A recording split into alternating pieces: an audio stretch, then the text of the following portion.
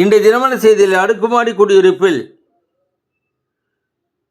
பக்காவான வீடுகள் வழங்குவதாக பிராட்வே பகுதிகளில் சாலையோர வசிக்கும் அனைத்து குடிசைகளையும் அகற்றிய திமுக அரசு இன்னும் அந்த மக்கள் நடுத்தெருவிலேயே படுத்து உறங்கும் பரிதாப நிலை.